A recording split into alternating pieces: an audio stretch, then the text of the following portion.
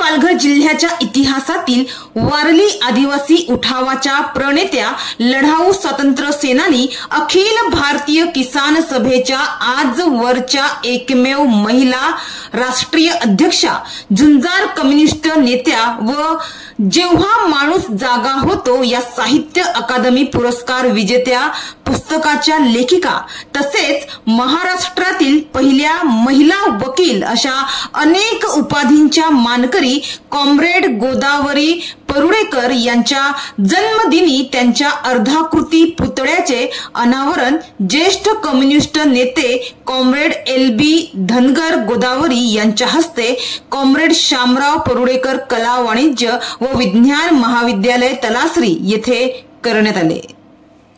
वारली आदिवासी उठावाच्या झुंजार प्रणेत्या, मार्क्सवादी कम्युनिस्ट पक्षाच्या आणि अखिल भारतीय किसान सभेच्या महान नेत्या कॉम्रेड गोदावरी परुळेकर यांचा 14 ऑगस्ट रोजी वाढदिवस होता।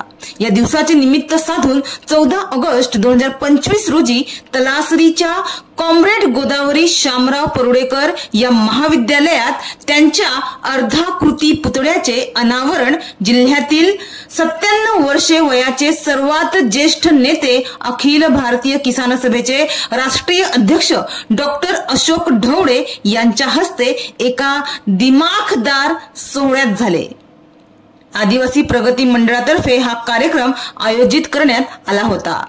हा पुतळा तयार करण्याची मूळ कल्पना कॉम्रेड लहानू कोम यांची असल्यामुळे तो एक प्रकारे त्यांच्या स्वप्नपूर्तीचा सोहळा होता। या प्रसंगी वक्त्यांनी सांगितलं की गोदावरी परुळेकर यांचं कार्य केवळ इतिहासात नाही तर आजच्या पिढीसाठी प्रेरणादायी आहे।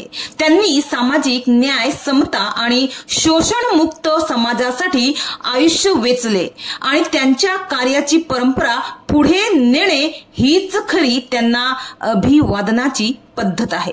या अनावरण सोहळ्यास मार्क्सवादी कम्युनिस्ट पक्षाचे पॉलिट ब्युरो सदस्य कॉम्रेड अशोक ढवळे, आमदार कॉम्रेड विनोद निकोले, विक्रमगड विधानसभा माजी आमदार कॉम्रेड सुनील भुसारा, किरण गहला, तलासरी तालुका सेक्रेटरी कॉम्रेड लक्ष्मण ढोंबरे, डहाणू तालुका सेक्रेटरी कॉम्रेड रडका कलांगडा, जनवादी महिला संघटना राज्य कमिटी सदस्य कॉम्रेड प्राची हातीवलीकर, DYFI राज्य अध्यक्षा कॉम्रेड नंदकुमार हाडळ यासह विविध मान्यवरांची उपस्थिती होती।